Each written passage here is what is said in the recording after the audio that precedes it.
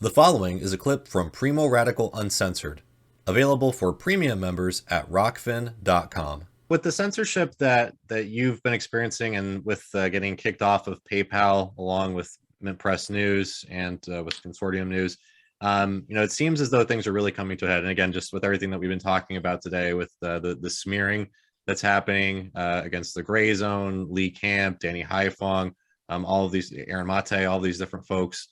And with the disinformation governance board, that adds a new legal aspect to it.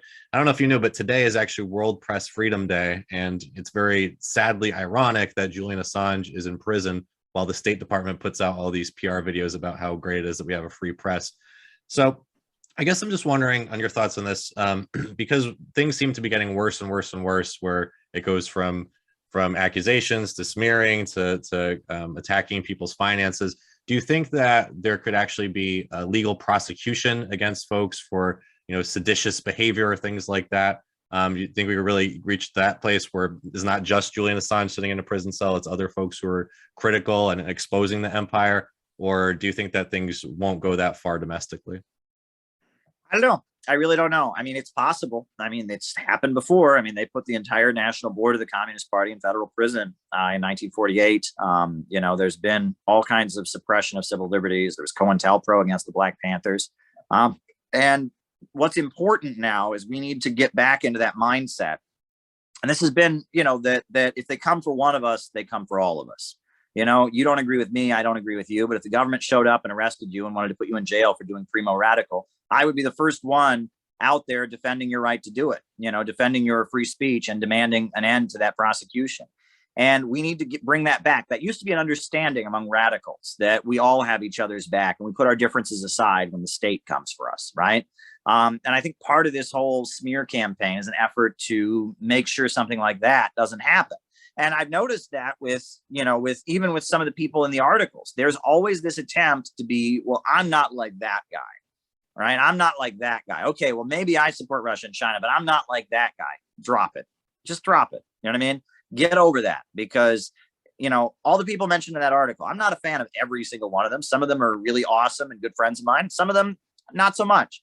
But if the government comes for them, I'm going to be in the street for them, because I know that, they could come for me tomorrow. And we need to have that attitude. And I think that that's one of the biggest problems in these circles, is that you get people that are like, well, maybe I like Jimmy Dore, but I don't like Kim Iverson, or I like Matt Taibbi, but I don't like, and they play this game where it's not about who you like, right? It's not about, Julian Assange has said a lot of things I disagree with, but I am for Julian Assange because I know why they're going after him. And this cancel culture game where, if you disagree with one thing a person has said, it's somehow okay for the government to come for them. That has got to be gotten rid of. And that's what social media is so toxic about. Social media brings out people's differences, encourages them to fight with each other, when that's not the issue. You can make analogies, but if you were living in the Jim Crow South and you saw, a lynch mob assembling to lynch a black man, would you want to know that black man's position on abortion and gay marriage? Would it make a difference if that black man had maybe been abusive to his spouse? No. You would know what the main contradiction was, which is racist lynch mob versus black man, and everything else would be secondary. And, it's like when the police murder somebody, right? The police will gun down an unarmed person in cold blood, and then they'll start to say, well, he got arrested for weed 20 years ago, or, well, he, when he was in high school, he was inappropriate with a young woman, or something. It's like, again, does that give the right for the police to murder them? Does that, this is the kind of concept you need to be understanding, and that's what scares me the most, is that that understanding has gotten away. One of the best events I ever spoke at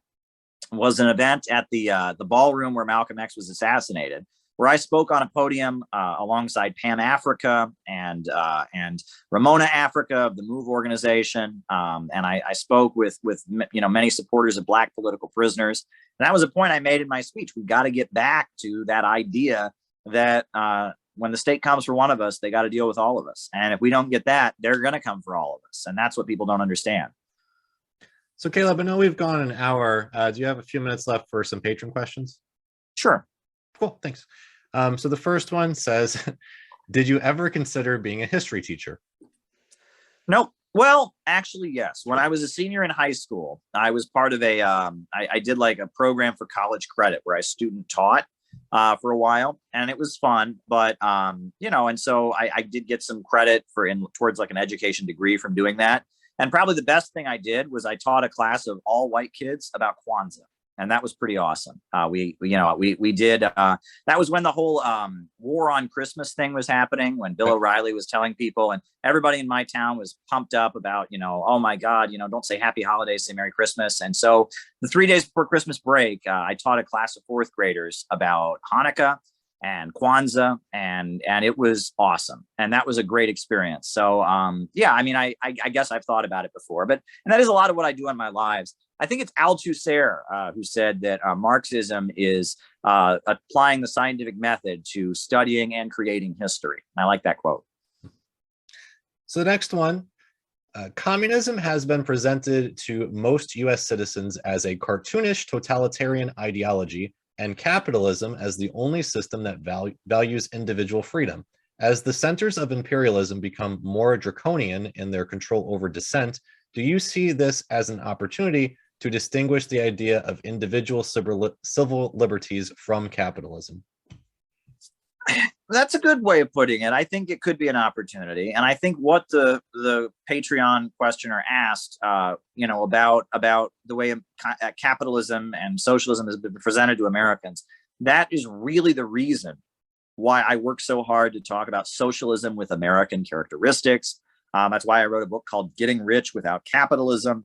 We need to break down the distortions of what we are. And so many of these young Marxists, it's like they buy into all of the propaganda about what communism is. They just think it's good.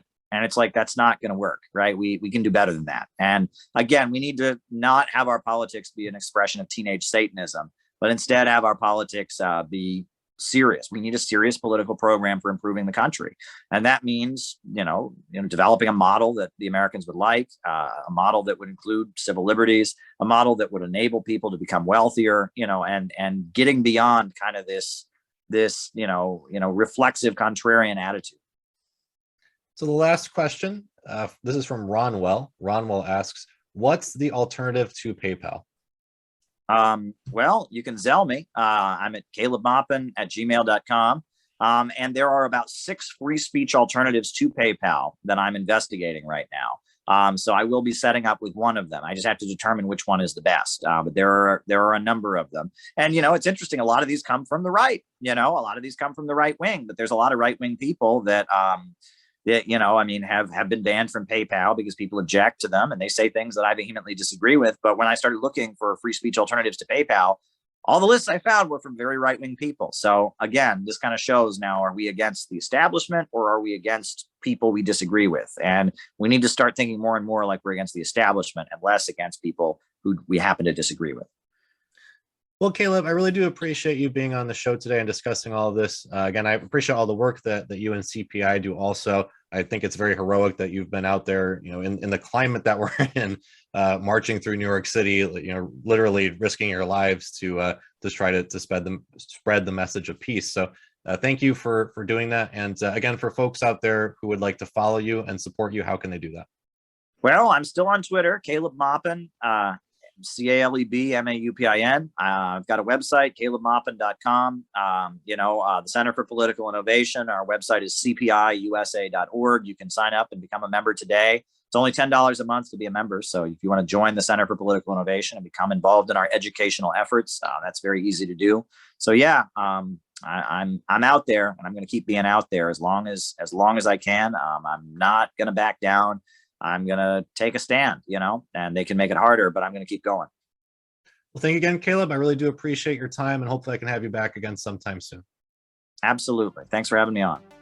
Thank you, everyone, for watching this clip of my 1-hour interview with Caleb Maupin. If you'd like to see the full interview, please go to ROKFIN.com/Primo Radical and become a premium member.